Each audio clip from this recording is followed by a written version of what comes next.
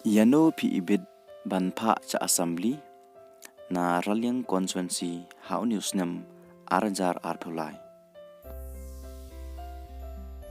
Uma lakon biam udai ubale kunteng yake election MLA hausnem aja kharpra naka tiket jongka BJP Henry uklempoy syakatong.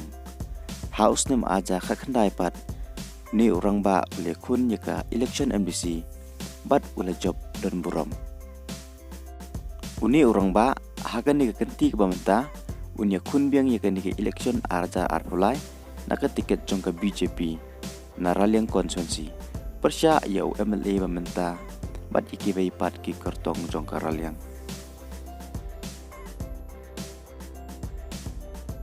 Uma coming one ambon udai MLA ubala job lalai sen kenti. Hausnem arjar pra bat khatlai ula job naka tiket jongka kongres Henry hausnem arjar khatpra uli kun naka tiket jongka NPP. Bat hagan ni kenti ke bamenta uni orang ba punya kun biang ikini election naka tiket jongka NPP persya ikibai parki kertong jongka Raliang.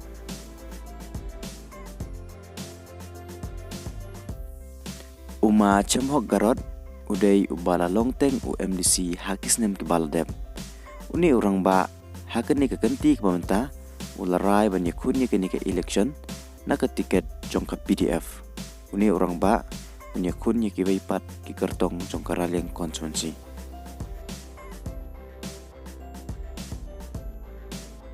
Uma Robino Sengkon udai ubala longteng UMLA jongka Maukaya constituency hausnem arjar khatlai. Henry hausnem arjar khatpra ula syarem no hauma nujor ki sungo. Bat hausnem arjar khakhandai uni orang ba ule kun yaki election MDC bat ula job dan buram na Raliang. Bat hakan ni kenti ke bamenta uni orang ba ula rai banyak kun yaki election omsyu na Maukaya Henry na Raliang constituency naka tiket jongka TMC. Uni orang ba uni kun persya yakibai pat ki kertong jongka Raliang constituency.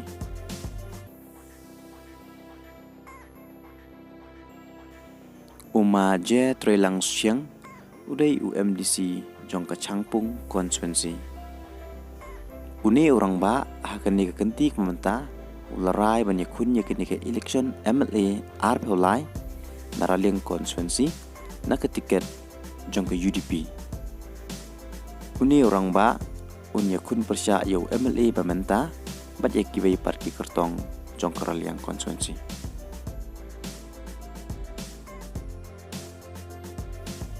Uma Richard Singlengdo udai UMDC bamenta jongka Sutnga Nongkli constituency.